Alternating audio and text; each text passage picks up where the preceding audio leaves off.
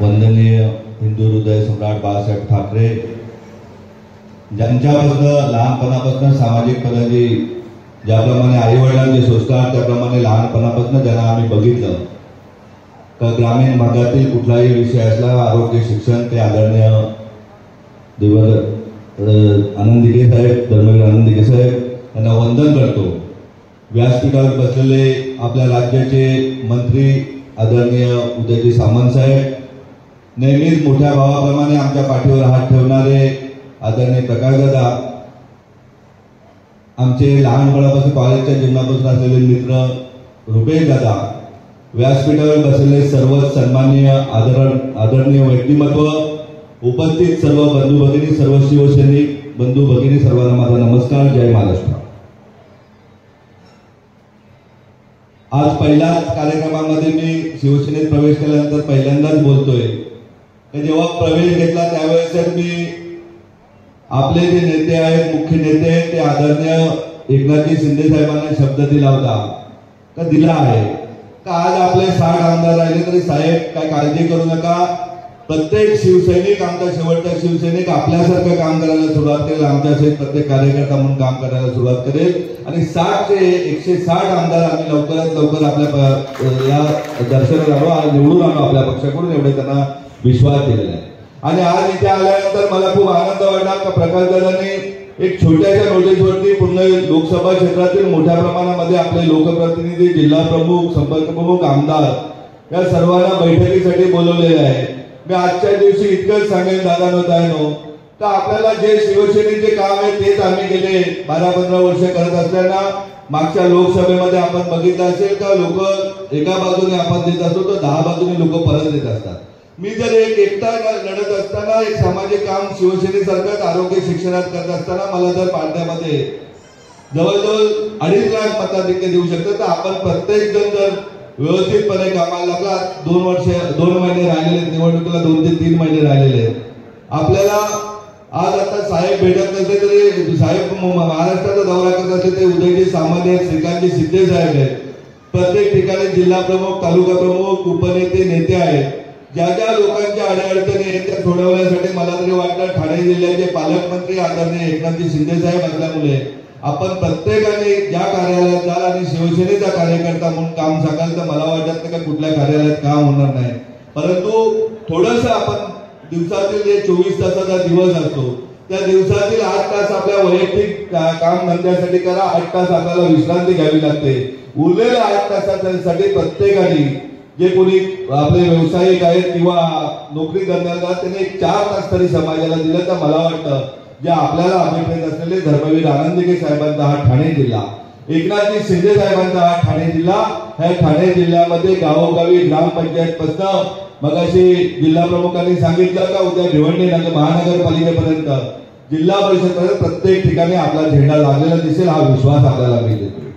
परंतु आपण प्रत्येकाने ठरवलं पाहिजे का एकटे शिंदे साहेब जर 40 वर्षभर त्यांनी पक्षाची सेवा केली, जो काम करणारा माणूस आहे त्याला या पक्षामध्ये किंमत आहे, आपण प्रामाणिकतेने काम केलं पाहिजे। नाहीतर मागच्या जिल्हा परिषदेचा आता तुम्हाला विषय सांगतो तर आपल्या जिल्ह्यात काही नेते मंडळी कुठे पैसे दिले ते विरोधी पक्षाला सांगत होते, त्यामुळे काही सीट आपल्या तुमच्या मुख्य ज्या सीट होत्या त्या पडल्या गेल्या, परंतु आता तशी वेळ नाही। आता आम्ही सर्वजण प्रकाशदादांच्या नेतृत्वाखाली एक निष्ठेने एकनाथजी शिंदे साहेबांच्या आदेशाप्रमाणे काम करायला आम्ही तयार आहोत, परंतु प्रत्येकाने आपल्या दिवसाचं शेड्यूल ठरवलं पाहिजे, काही ना काही चांगलं केलं पाहिजे, एकमेकाचे पाय खेचण्यापेक्षा एकमेकाचे हात धरून आपण पुढे गेलो पाहिजे।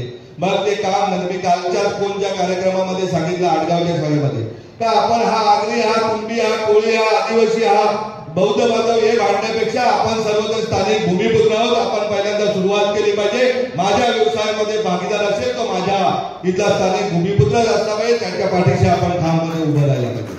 मी एक श्रीमंत झालो, माझ्या बरोबर माझ्या गावचा माझा कार्यकर्ता मोठा झाला पाहिजे।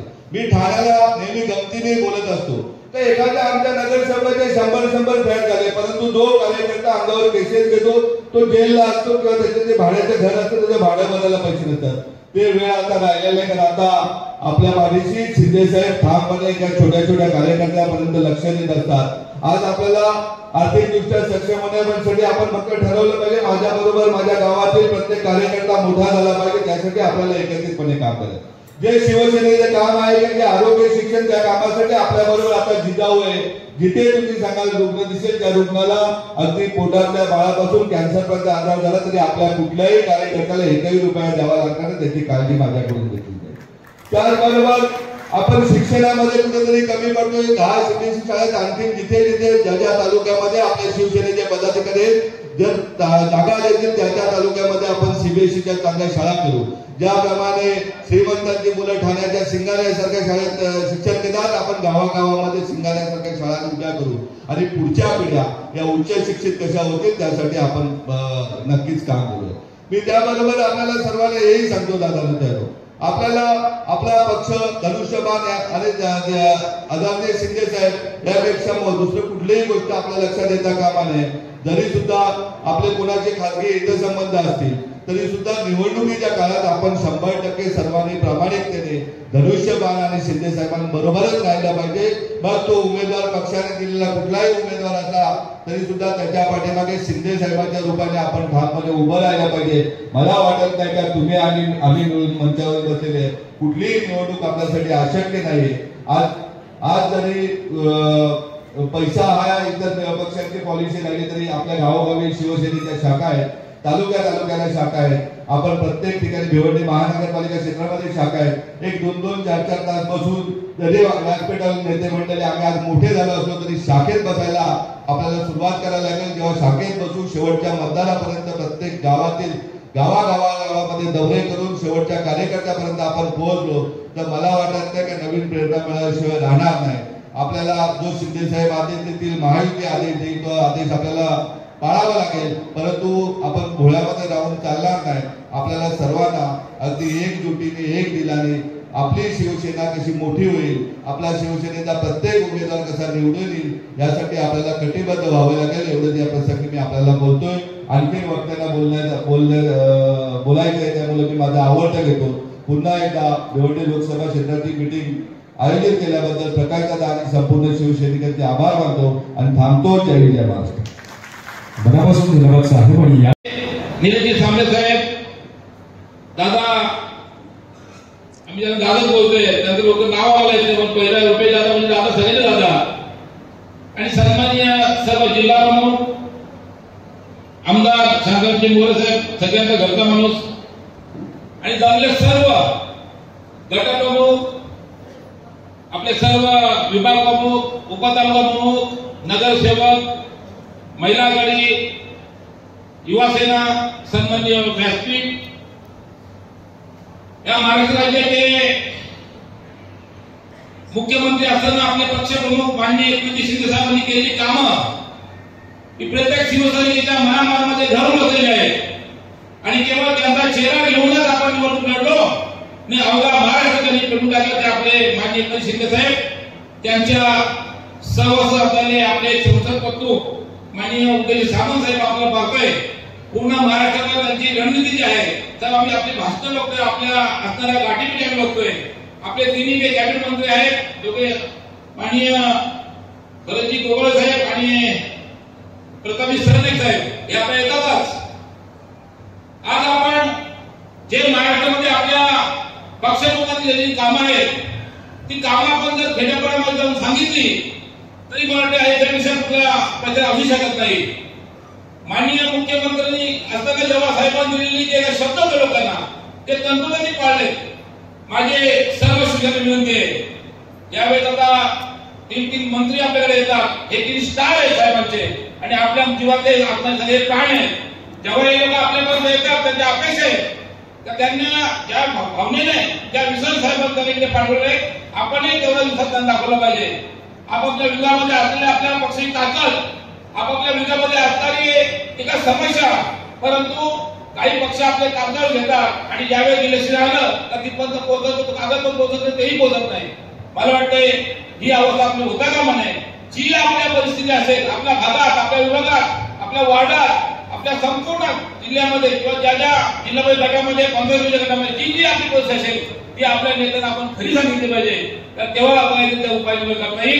आपण जर खोटे बोलत बसलो तर आपले मुख्यमंत्री असताना त्यांनी खोटे बोलले आपण जर त्यांच्या मनामध्ये घर आहे त्याप्रमाणे आपल्याही विनंती आहे जी परिस्थिती असेल ती आपल्याला आपण सांगितलं पाहिजे. एक उदाहरण सांगतोय. निलेशजी भांडेकर बसले साहेब, ग्रामपंचायतीत चालू होतं आणि दोघांच जेव्हा नावावर त्यात नोंदणी गेली होती. निलेश सकाळी माझ्या घरी आहे का? निलेश सकाळी माझ्या घरी आला. 8 ते 10 मतं दुसऱ्या गावात आपल्या वार्डामध्ये नोंदणी गेली होती आणि ती सीट ज्यावेळेस मी तो अभिनंदन साहेब तहसीलदारांना फोन केला, ते म्हणतात नाही नावं नोंदणी गेली आहेत, आता मी करणार नाही. या पद्धतीने मी बोललो. त्या पद्धतीने 10 मतं त्याची आपण बाद केली आणि 4 मतांची सीट आहे ना, बरोबर 4 मतात साहेबांची सीट आली. असे जे छोटे छोटे आपले असतात ना, या आपण आमच्यापर्यंत पोहोचवले पाहिजे. दुसरं उत्तर आमच्या इथे हरेची स्पष्ट भरले.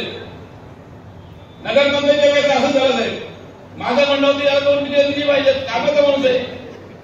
झालं असं आमच्या सर्व मंडळी बावळा गेली, मी एकदाही बोललो साहेब. आता तालुका तेव्हा मी होतो, आता जिल्हा साहेबांनी गेला मला. अशी गोष्ट झाली का त्याच्याकडे 2 सीट घ्या. आमचे काही मंडळ ऐकलं साहेब, आमच्या खाडे साहेब म्हणजे काय करणार. आता हा अशी गोष्ट असं साहेब, त्यावेळेस आमची फुटाफूट झाली आणि 7 ते 8 नगरसेवक काही फुटले साहेब. आमच्या अवस्था काय होईल तेव्हा. हे अशा ज्या गोष्टी असतात त्या मी तुम्हाला उत्तर नव्हते. एक मुद्दा सांगितला तुम्हाला, दुसरा मुद्दा सांगितला, असे अनेक मुद्दे मी सांगू शकतो. परंतु मी जास्त वेळ आपल्याला नाहीये. आपल्या साहेबांचं ऐकायचंय. आपण सर्वांनी एक निष्ठाने आजपर्यंत जी काय साहेबांनी केली कामं ही घरापर्यंत पोहोचवा. आपापल्या गावात जा. आपली नोंदणी झाली का पहा, आमच्या प्रकाशाची नोंदणी झाली का? सगळ्यात जास्त नोंद साहेब आमच्या शापूर तालुक्यामध्ये झालेली आहे. त्याचा मला अभिमान वाटतोय. आणि यापुढे साहेब शापूर तालुक्यामध्ये असताना झेडपी मला असं वाटतं त्यावेळेस आपण आमच्या 10 सीट होत्या, बरोबर ना शापूरमध्ये साहेब. आता साहेब निलेश सांगते माझ्या बोलायला साहेब, कोणी ती करू द्या करू साहेब. 14 वर्षी आम्ही काढल्याशिवाय राहणार नाही साहेब. एवढं मी तो सांगते. आणि सर्वांना पुन्हा एकदा एक आपण शिवसेनेमध्ये गाव आपली एक निष्ठा अशी राहिली पाहिजे. आम्ही सर्व तुमच्यामुळे आपल्या मागे एवढे मोठे दिग्गज माणसं आपल्या मागे, त्यामुळे घाबरायचे कारण नाही. एवढे बोलतोय आणि सांगतोय. जय हिंद, जय महाराष्ट्र. मनापासून धन्यवाद. म्हणून म्हणतात ना की मनामध्ये तळमळ असली